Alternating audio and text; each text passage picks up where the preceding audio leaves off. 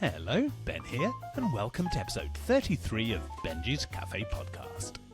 Joining me for a coffee in Benjy's Cafe this week is the Good Life gardener, Ade Sellars. Ade is an award-winning gardener, presenter and writer with a passion for growing his own food and spreading the joy of gardening. After working in London and Los Angeles as a TV producer for many years, Ade retrained with the Royal Horticultural Society before upping sticks and moving to the heart of rural Suffolk to build the kitchen garden of his dreams and launch his gardening business. Ade presents for QVC amongst many others and writes a monthly column for Suffolk magazine. He's the creator of the YouTube miniseries Down the Garden Path and won the Beth Chatto Environmental Award 2023. In this episode, we discuss Ade's route from a career in TV and film to becoming an award-winning gardener, the joy gardening gives him and others too, and how gardening is wonderful for personal growth and connection. My drive is because I want to meet people. I want people to engage in gardening, whatever, whether it's a few pots on a windowsill, whether you have 2 acres of land. Every gardener is different, and if I can just somehow give a positive message or go, did you know if you grow that will lead to that, and maybe you can do that. If they take that away, then it's a win for me because it's really it's rewarding. You've touched someone because gardening is so personal. There's a lot to it than just the basic, for me, than just going, right, spade, soil, plant. There's a whole sort of connectivity, I think, not just with nature, but with people. Ade's story is as fascinating and scrumptious as his homegrown veg. Welcome to Benjy's Cafe podcast, Ade Sellars. Good morning, Ade. How are you? Yeah, I like the idea of being called scrumptious. Ade, it's so good to see you. It's a bit soggy here in Merseyside today. Have you had a nice start to your day there? Have you got a few little routines in place? Oh, it's lovely to be here, mate. Really, honestly, because I do follow the podcast. So it's, I start the week with a bit of Benjy. Good man. But no, this morning, because I'm working at home today, so I'm very lucky. So it's a bit of sort of go to the gym, come back, potter around the garden, come in, put on some clean clothes for once. Being a gardener, you don't get to wear clean clothes very often, so it's a real treat. Yeah, your washing machine must be a pretty busy fella, I reckon. Don't. We've gone through one already. Honestly, sometimes I worry. I can hear it groaning at night because I think got it. Run away. That sounds like me after a run these days, Ade. Yeah. my creaky old bones. Ade, we went to Middlesex University. We somehow got through a performing arts degree, but we graduated, 28 years ago, I think. So we finished 96. My goodness, what a career and life you've had.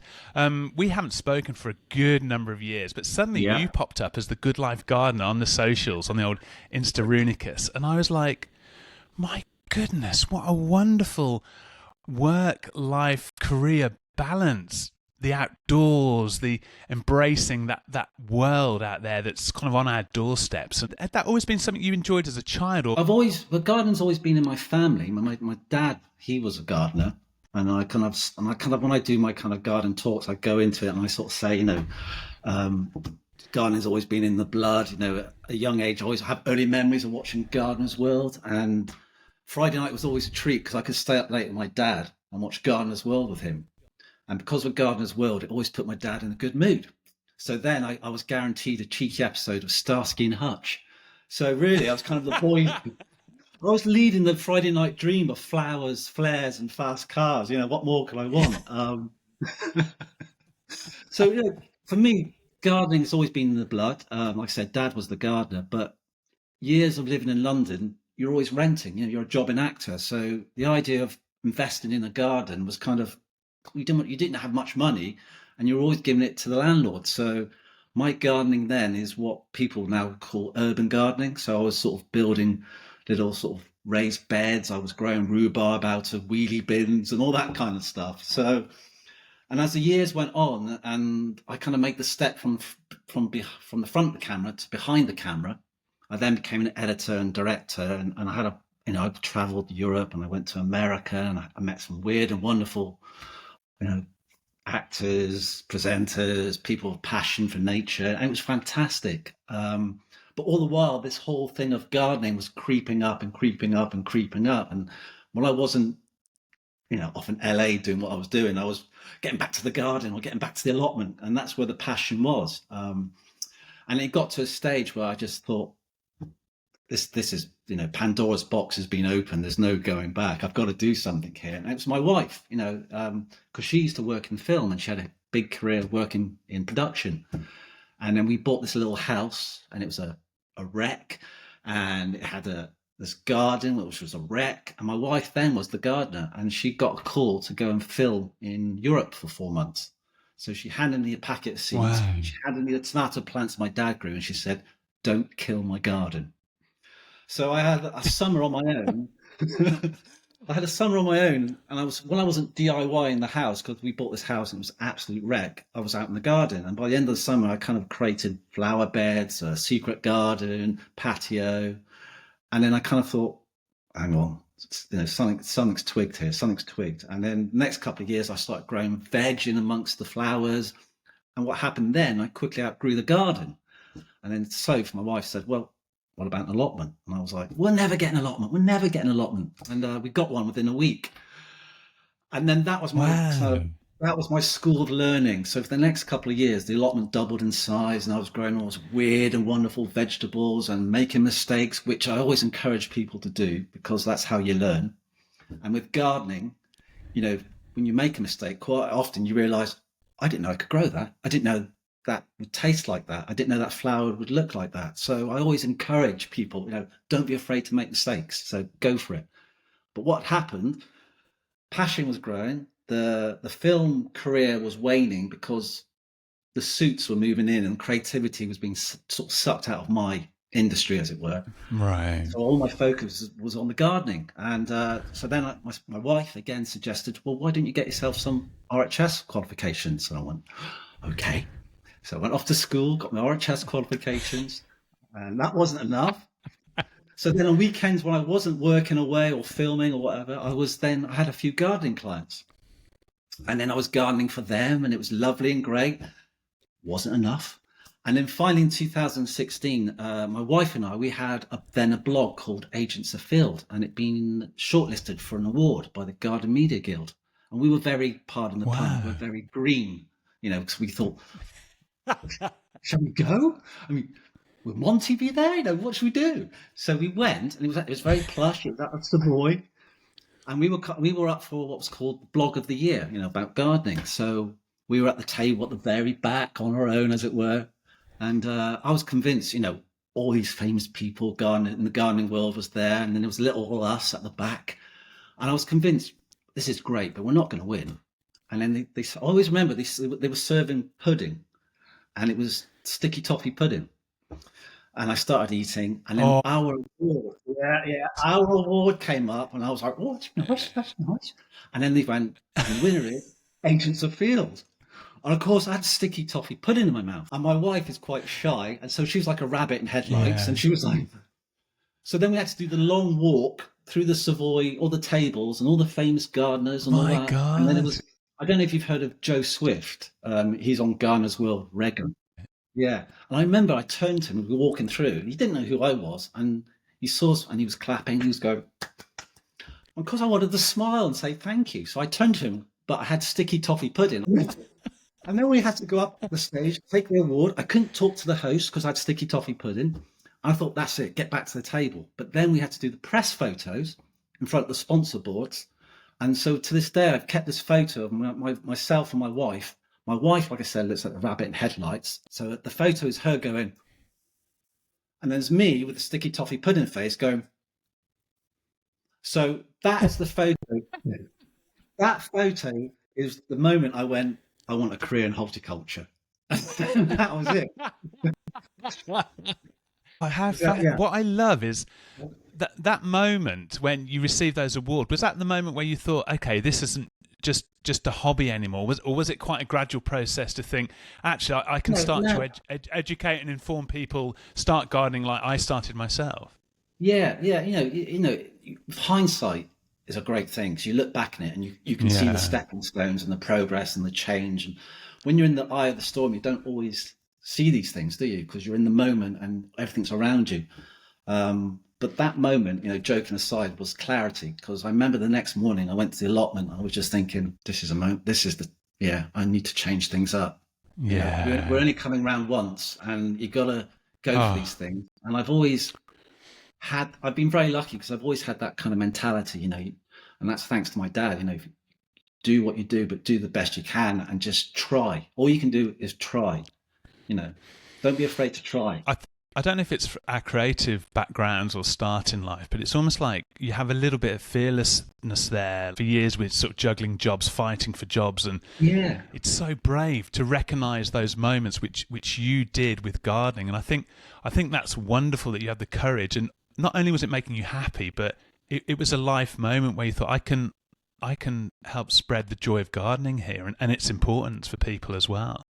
Absolutely, because the thing about gardening, and people watch it on Gardener's World is a good insight. People buy the glossy magazines, but the reality is very different, because you could be in an allotment that's full of weeds. It looks a mess. You're covered in mud. You're cold, but it's yours. You're on a journey. You just go for it. And I always say to when I do the garden talks, or when I'm writing the garden articles, every gardening journey is different.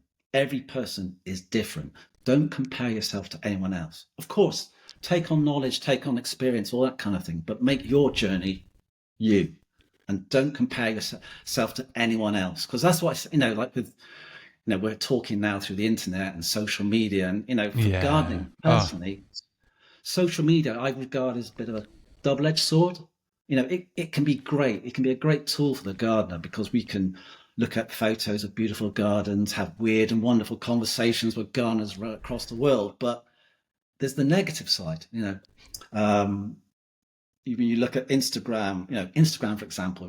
Number of people from a gardening point of view go through Instagram looking at the photos, and then they come across that photo. The one that has lots of likes, lovely comments, and then to make it work, the person in that photo looks like gardening Thor himself. He's perfect teeth, perfect hair, got the tan, and then to make it worse, he's just harvested the perfect carrot, and it's tall, it's long, orange, and then maybe you've come back from your allotment or your kitchen garden, and you've harvested your carrots, and they're in a plastic bag on the kitchen table, and they're a bit small and a bit wonky, and you look at Thor's carrot, and then you look at your carrots, and you think, suddenly you don't feel good, and you start doubting yourself, and you start questioning whether, what's the point? I always think, stop, this journey is important. It's about, you don't worry about all that. All that's nonsense, and sometimes it can be a bit fake. So, use social media, but I always think doing gardening is better than, it's better doing it than actually looking at it. So put down the phone and pick up the trowel. I imagine, like, getting your content out there as an educator in that world, it must be quite a fine balance for you, because you still want to get as much as you can from the joy of gardening, yet you're trying to convey, like, on social media as well, aren't you? Is that quite a tough one to gauge for you sometimes? Yeah, because social media, it's a tool, and it has to be done, and you do meet weird and one. I mean, that's how I came across, like we were saying earlier, that's how I came across you, because I just randomly stumbled across Instagram, and you were there front and center, and I was like, Ben, we look so good. But you have these little discoveries, and you generally meet people that are pure joy and have this knowledge and capability and have these inspiring stories. So there is a good side to it. I don't want to poo-poo social media, because there's a wonderful side to it. But me personally, I'd rather be outside or be at a garden show or a garden talk, talking to people and exchanging experiences, or garden seeds or whatever, because I like that kind of face-to-face kind of conversation. It's that human contact, isn't it, with anything that can be so rewarding and can really, really improve your day as well if you're feeling a little bit down in the dumps. What I love about us finding our new passions away from the comedy, I never wrote, but my goodness, you're a fantastic writer and performer too, Ade. What I love is that through our new passions, we've connected, but also you're connecting, like your passion is so effervescent, it's infectious, Ade, and about life, not just about gardening. But it must be lovely for you to know that through a new passion of yours, you're now helping others, because I really think you do. Yeah, I mean, it's not to be cheesy. Don't get me wrong; it's not perfect, and there are days you do sort of have your doubts, and you have like I think that's life, isn't it? You have your worries and your self Yeah. doubts, and where am I going? We came out into the middle of nowhere and bought what was almost like a derelict Victorian schoolhouse. And the first 3 months, I didn't even look at that. I just built the garden, the kitchen garden, and you just sort of have that kind of drive. But there is moments you sort of go, and oh, what am I doing? I'm like, is this right? Is this Yeah. wrong? And it's that sort of, I don't know if it's gut instinct or it's something in you or it's your belief or that creativity, but it's that, or if you have a partner who loves you as much as you love them and you work together and they support you and they keep you on the right track. It's probably all those things. But again, I keep saying hindsight, but you look back at the journey we've had since we've been out here, and it's been very roller coastery, and it's been up and down. But I wouldn't change it. I 100% wouldn't change it, and it's led to some wonderful, moments and opportunities and meetings of people, and growing weird and wonderful flowers and vegetables. And also, I'm working with my hands, and I've always loved working with my hands. So, yeah, it sort of ticks all those boxes. But it's also that thing, I don't think I'm that far into it yet, if that makes sense. I just think there's Yeah, yeah. so much more to learn, there's so much more to discover and meet and all those things. And so long as, there's a great quote, I think, in Raiders of the Lost Ark when Indiana Jones says to Marion, it's not the years, honey, it's the mileage. And I just hope keep going, keep going. So yeah, there is a moment you just think, yeah, I'm very lucky. You're such an open person, Aid, and such a lovable chap. And I think that's probably given you so many opportunities as well. You've got that core passion for gardening, but there's no fluke that now your presenting career is flying, your YouTube mini-series as well, and also the writing as well. Like, that must be lovely. And people wouldn't offer you those opportunities if you weren't an approachable, likable guy. And hopefully you do recognise that. Yeah, I mean, I was, I keep saying about my dad, bless him, but it's that sort of you sort of take your early learnings, and sometimes you're conscious, you're applying them, and sometimes it's just who you are, and it's like you treat others how you like to be treated.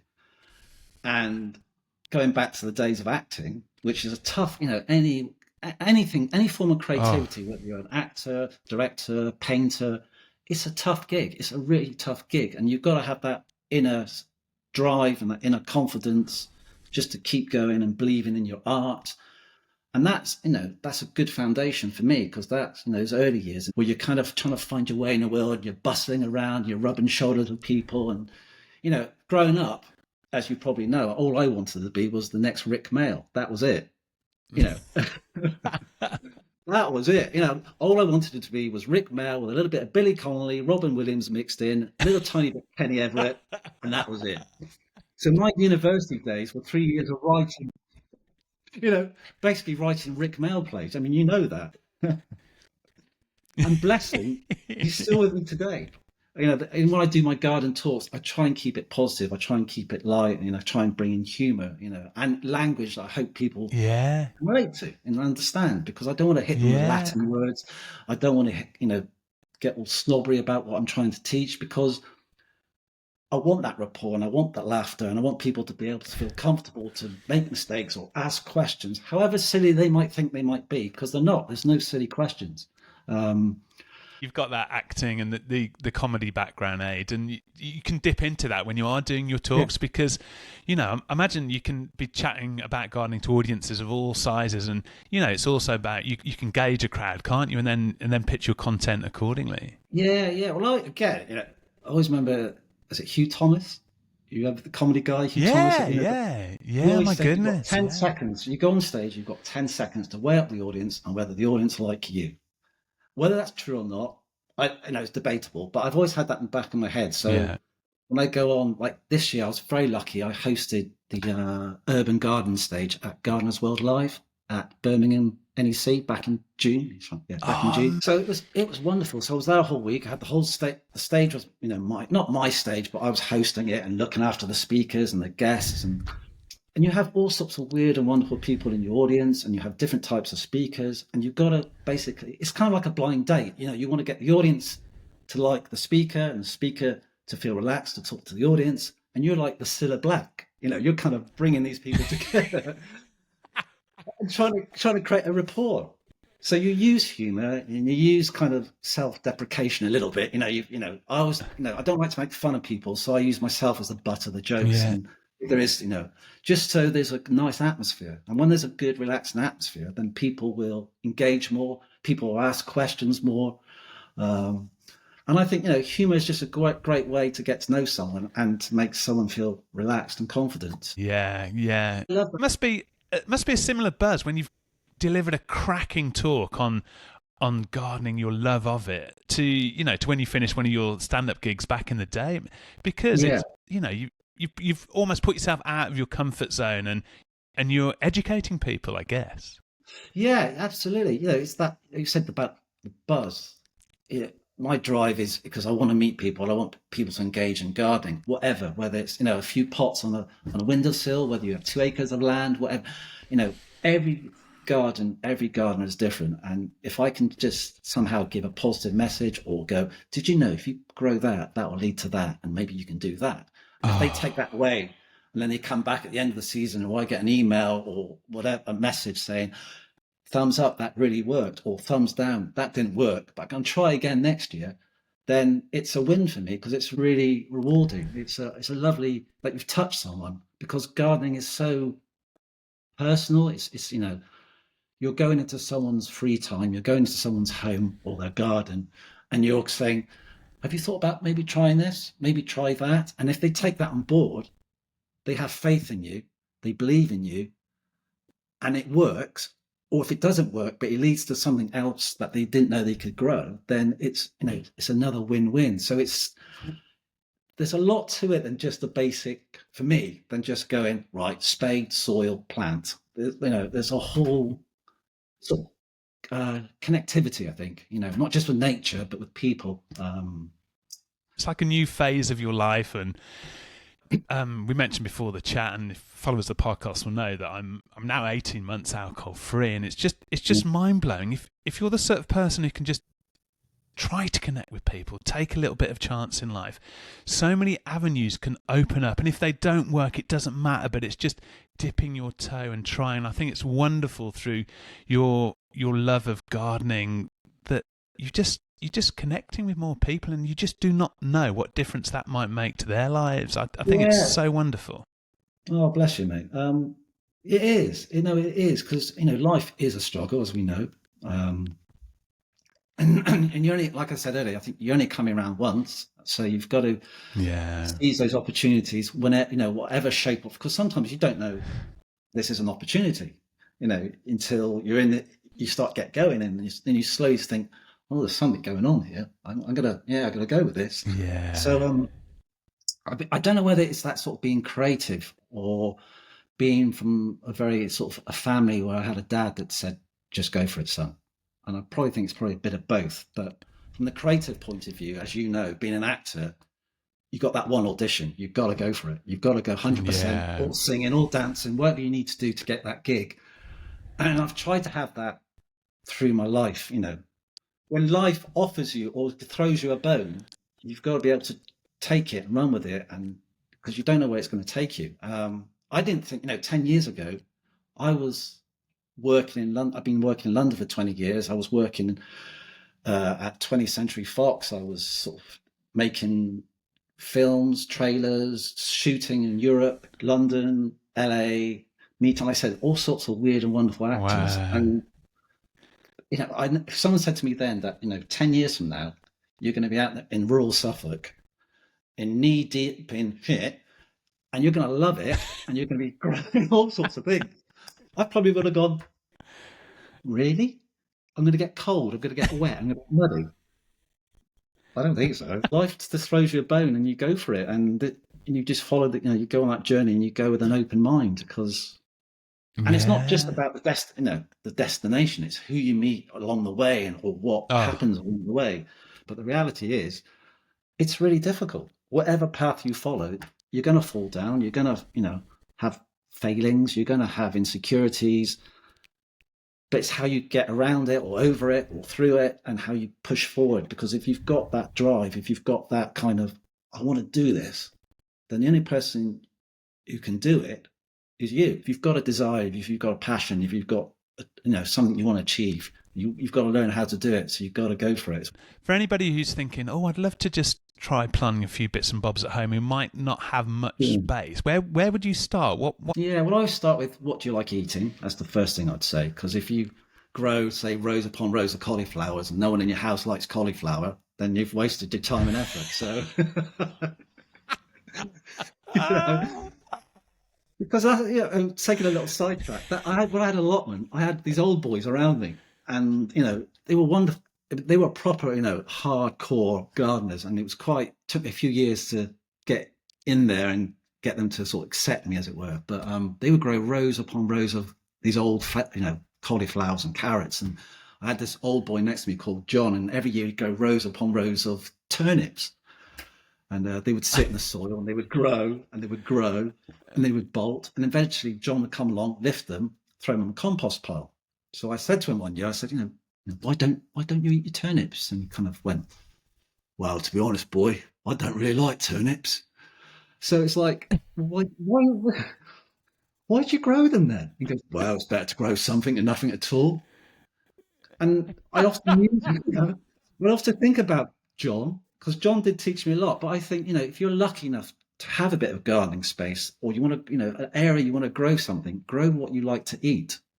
Otherwise it's a waste of time and Yeah. effort. And if space is limited, then there's pots, there's containers, there's hanging baskets. You can grow strawberries in hanging baskets. You can, grow onions in, sort of containers. You can grow sweet potatoes in sacks. And that's the other thing. I think, a bit of garden anarchy is a good thing. You don't necessarily have to follow the RHS rule book 1 to 10. You can mix it up. You can break the rules. There's nothing wrong with that. And I encourage people to do that because that's how you discover.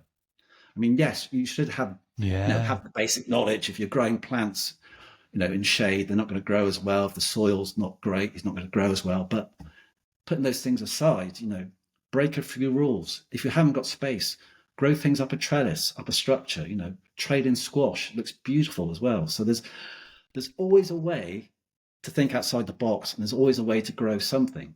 Even if it's a bit of watercress, you can grow watercress in an eggshell, and it's always fun for kids. You can set them, Oh, get them amazing. little sort of egg cups and take, obviously the eggshell's empty, you fill it with a bit of soil, some seeds, and then it draw a little face on the eggshell and it looks like they're growing hair, and it's little things like that. And then you get kids excited, grow sunflowers, because sunflowers can grow so quick. So the kids can almost stand next Yeah. to them, and day by day what they've sown, they can watch grow and grow. So it's there's always a way. With gardening, there's always a way. You just sometimes you've got to think outside the box. Always start with what you enjoy eating, and don't compare yourself to anyone else. And whether you garden 7 days a week, 12 months a year, or one weekend every 6 months, doesn't matter. You're still a gardener. You're still doing it. And I think that is the important thing about gardening. I think it's that kind of that whatever you're growing, it needs you. And as you get into gardening, you need it. So it's kind of that mutual relationship you have with, yourself and Mother Nature almost. Yes, you have to tend to your patch. Yes, you have to weed it. Yes, you have to, water your sunflower.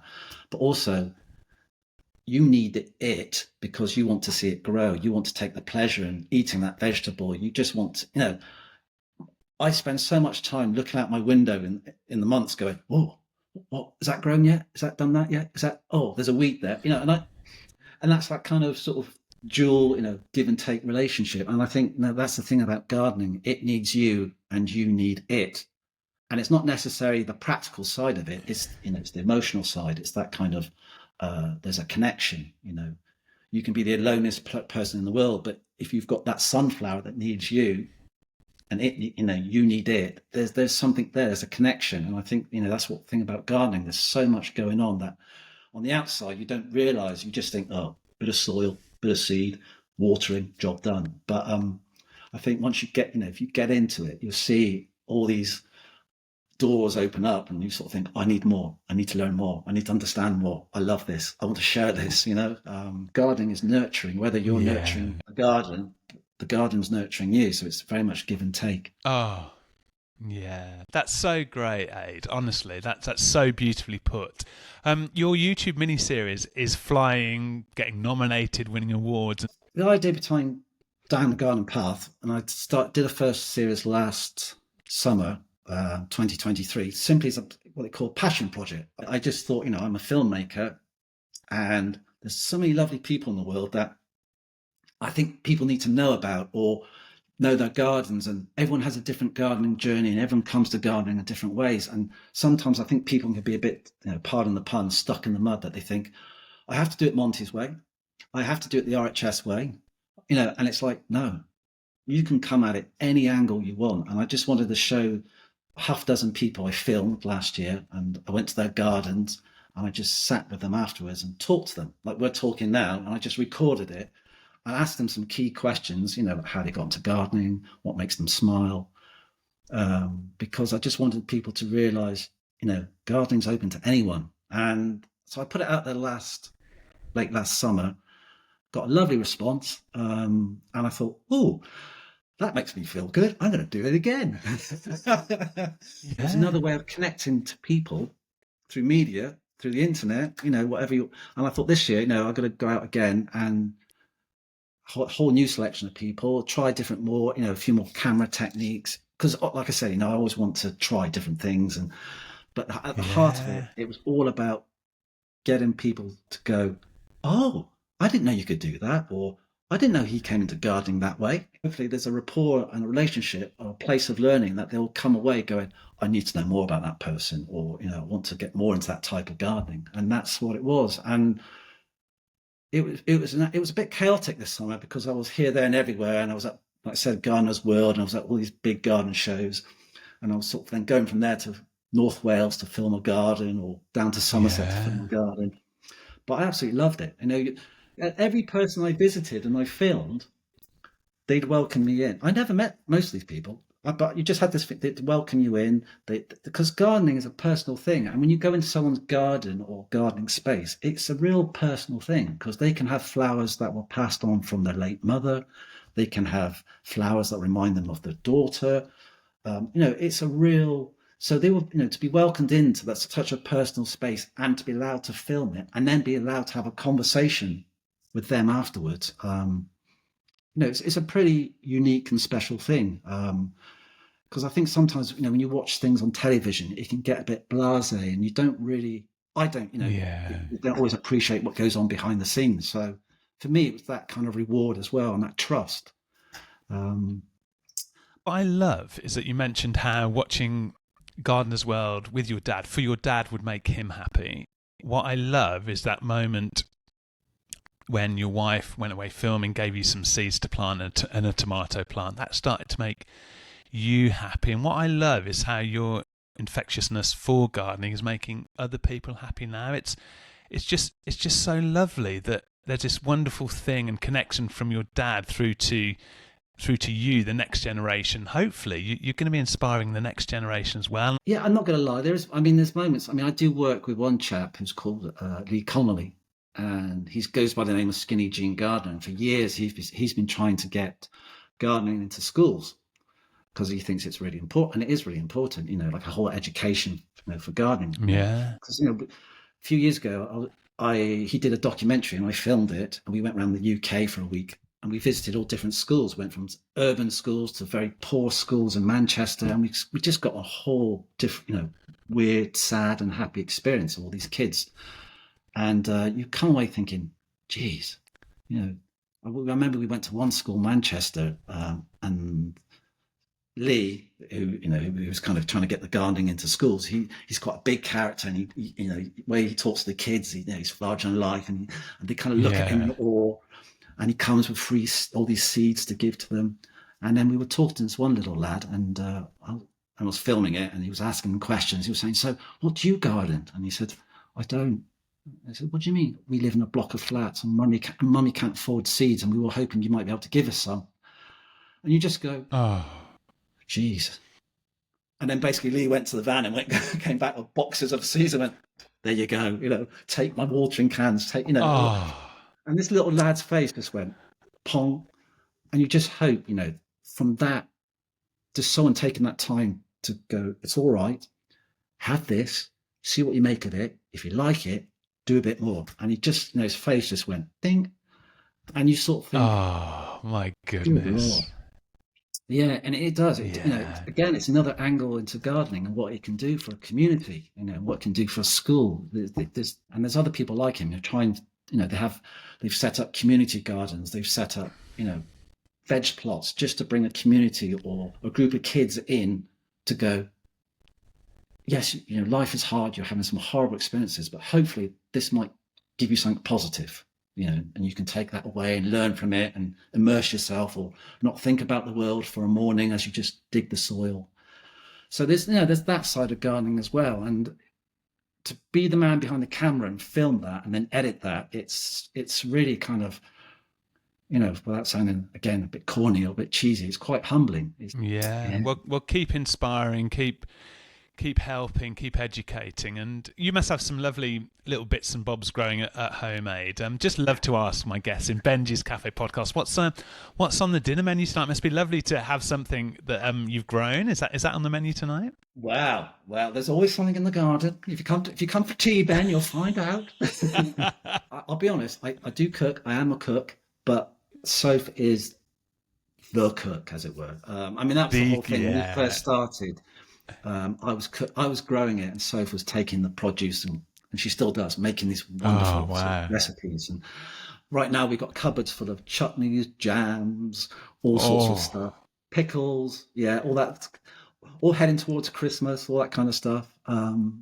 Because that's the side of gardening. When you do it on a kind of big level, people don't realise you need to find ways of storing it and keeping it and all that kind of stuff. So, but right now, what we got growing, we've got all the brassicas are coming through, kale, cauliflower, Romanesco, cabbage. In storage, we've got the onions, we've got the potatoes, carrots we've got growing, parsnips. Oh my God. No wonder you're looking so well, Ade. All that goodness. Thank you for joining me in Benjy's Cafe podcast, The Good Life Gardener. Do check out Ade's socials. It's so inspiring, the YouTube mini-series Down the Garden Path, and it's just been lovely to chat, and it's so obvious how happy gardening makes you feel, Ade. Oh, but it's been honestly, absolute pleasure. When I discovered you, as it were, and then I started looking through what, your journey and what you've done and what you're doing, it's kind of that sort of thing, taking life by the horns, isn't it? And just going, I can change things. I can change things for the better. And what you're doing, mate, is absolutely, just wonderful, just wonderful. So keep going, absolutely keep going. To be asked to come on, it's a real, because you've had some wonderful people on here.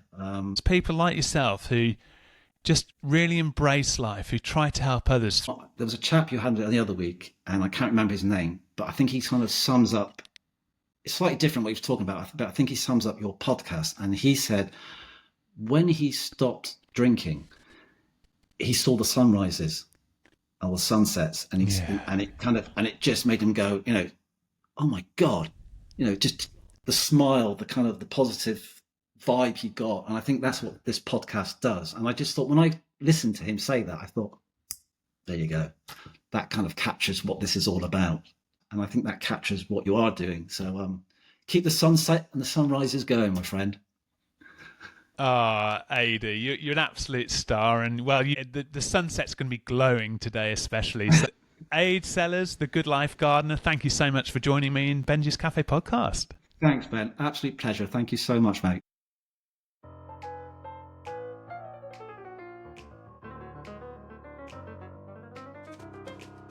Thanks for listening to Benjy's Cafe podcast with the Good Life Gardener, the brilliant Ade Sellars. Get outside and get your hands dirty.